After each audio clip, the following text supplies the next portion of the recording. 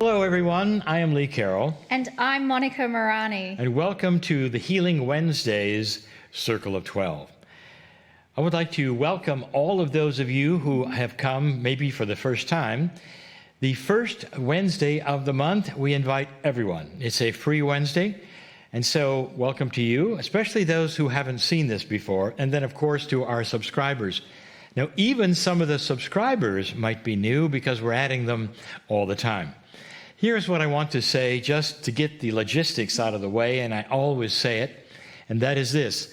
This is streamed, and it's a streamed live, which is a little more taxing on your computer than simply watching a movie. So here's what we tell you. If it starts and stops and you refresh and nothing happens, and if it's frustrating for you, please don't let it be, because what I want to tell you is this is being recorded, and the recording will be played back. Now, if you're a subscriber, I'll tell you that in your subscriber membership portal, you will get the replay link or that replay place where you can go. For all the rest of you, if you are watching, for instance, on YouTube, you will find that we will post that on YouTube as soon as we can. So replays are available for everyone. If it's frustrating for you, we just say, stop now, don't let it be, and watch the replays in any form. All right. What I want to do next is to tell you that the program is pretty straightforward, and you do the same thing every time. We talk about a little bit about our Kryon experiences. We have so many over the years that we have kind of segmented them out, and Monica and I say, well, what do we talk about this time? And we got a lot of profound things, lots of fun things. Then there is the channel, the first channel of the show. And then we go into an interview. The interview today, it's a great one. It's going to be Jonathan Goldman. He is like the father of sound, as far as I'm concerned. Sound healing is his specialty. It truly is, and he's going to be with us soon. And then after him, we'll take a 10-minute break, and we'll go to the Circle of 12. Okay, subject is sound. The subject is sound, and something that audience may not know is that for many years, Lee was an award-winning audio engineer. He had his studio in San Diego. It's called Studio West, which I believe is still operating. It's still there, yeah. Yeah. They never changed the name when I sold it. Never changed the name. And so Kryon came to Lee while he was still running his studio, and it was a transition time from going from being in the studio to being full-time with the Kryon work. And that in itself is an amazing story. At one time, I want Lee to share with you because it's truly profound. But given that this is all about sound healing with the interview with Jonathan, I wanted to ask Lee if he could share with us some of the experiences you must have had in that recording booth in your studio days. Is there anything profound that happened? I'll tell you this, and there are so many stories. I'll tell you what I can, then we'll move on to perhaps another day. But you may find this interesting, and actually it may surprise you. The first time I saw channeling was in my recording studio. Now, I had this studio for 15 years before I ever started Kryon. And what we did mainly in this studio of mine, it was a large one, was orchestras, because we did movie scores, we did a lot of production music, and that requires orchestras. So I was, you might say, orchestra intensive. So what we had there in an orchestra studio is, if you're doing an orchestra, that means that you're normally doing things with video. So many times the orchestra is involved in doing scoring. Those of you who don't know what scoring is, it's the name of what you would do to put the music on a film. And it's not necessarily as straightforward as you think.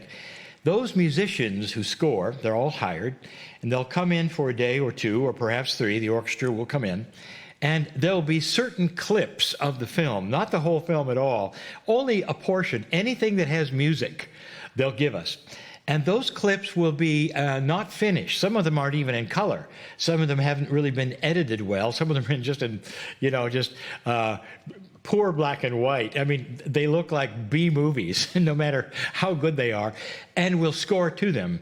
And what happens is that the video is played, the composer has written the scores and the music and all that, goes out to the musicians, and we'll rehearse it and play it, and of course that then goes into the movie. All right, that part is straight ahead. What happened this time was different, is we deal with first-class composers, people who do this for a living, you know, the John Williams type. And these people impressed me, but I really don't think I was ready for what I saw. We got to a place in the day where the composer got a phone call, and he said, well, there's another cue to do. In other words, he's either missed one, well, he doesn't normally do that, or one was being FedExed to us, and that's what happened. So we got the video, and it was, I think, no more than a minute and a half video. He'd never seen it before. And we had the orchestra there, and so what he had to do was, he says, do we have the video? And we said, yes. Okay, give the orchestra a break. Now, typically, in a scenario where you have the orchestra there all day, they get 10-minute breaks. So we knew it would be 10 minutes. What I saw next, I was not prepared for. He took the video and he watched it one time. And then he scribbled as fast as he could, and I watched him. A composer is not just, he doesn't write some things down, he's got to write orchestra down. He writes, this particular composer, what they call writes in concert key. That means that some of what he wrote had to be transcribed with a copyist, and then other scores, musical staves had to be made and given to the orchestra. All of that in 10 minutes. He saw it, he wrote, he gave it to the copyist, they wrote like crazy. When the orchestra was coming back in to sit down, I mean, even the ink on their paper was fresh. And I saw it. And what he did is that we rolled the video, and for the first time, we got to see him then direct what he had composed in that break.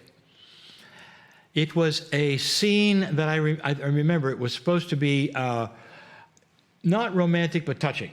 It was something that was going on. And it wasn't necessarily between two people. It was going on in somebody's heart or mind. And he hadn't even seen the film either. He just saw what was supposed to happen. He knew the relationships and that between the actors. And he wrote this, and when they started playing, my mouth dropped open, because it was one of the most gorgeous things I had heard, and it made the video come alive. I just thought it was a dumb scene. They play it, and there's a guy walking in the forest, and something is looking at the trees, or what. And when he played it, and the orchestra then rehearsed it then, and we finished it in what they call put it in the can, and it became the scoring for that particular cue. I saw channeling for the first time. I saw a man, and out of nothing, he brought everything. I asked him later, I said, how do you do it? I said, what I just saw, I've never seen before. Do you do this with all of them? And he said, no. He says, usually I sit down and I'm very careful and we noodle the piano a little bit and we find out what we want. And I'll say, this one, he said, it just came to me. And I said, the melody, had you ever heard that melody before? Where did you get the melody? And he says, well, it just came to me. And I said, but the voicing and the sonorities, so what you did with the strings. I said, where did you get that? And he said, it's all there. And he says, all they did was to put it on the paper. That was the first time I had ever seen channeling. That is a profound story. Yeah. It really is. And music impacts us so much. I'm glad you mentioned it was a musical score, because the music is what helps us go on a journey when we watch our favorite movies. And if it wasn't for the scoring and the music, I don't think we would feel half of the things that the actors are trying to convey to us. Well, this is what I know, because I was in the business. There'd be some people, they're walking out of the theater, and I say, you like the film? They said, love the film. I said, what do you think of the music? And they go, what music?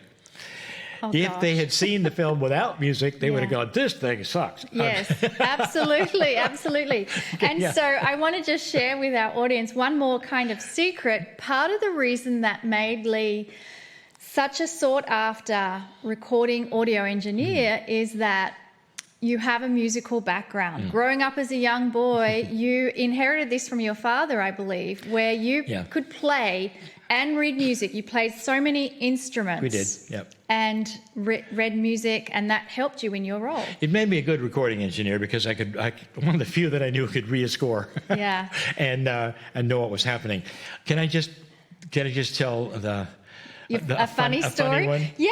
Well, I just want to share with you my secret. Oh yeah, what is your secret? And I too can play a musical instrument. Oh yeah? Yeah, I can play the recorder very badly. Very badly. Nice. All right, we'll go with enough said about that. So now you know it's out there. My secret is out there. I'm a very bad recorder player.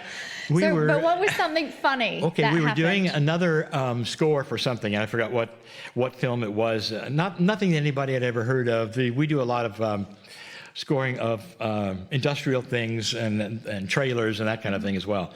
And the maestro was this particular maestro, the composer. This wasn't in the studio per se in the control room. He was out there in the studio actually playing the piano and directing. And he was playing the electric piano. And at that time, it sounded great with the sonorities and all the things that he'd put in. It was a wonderful sound. And we broke for lunch. And that lunch was maybe for half an hour or so. And I saw him doing his thing out in the studio, and he moved some stuff. And he was, next thing I know, he'd moved over to the acoustic piano, the big one, and put his lunch on it. Was eating his lunch. And when we came back from break, we did another piece of music, and we started rehearsing for it.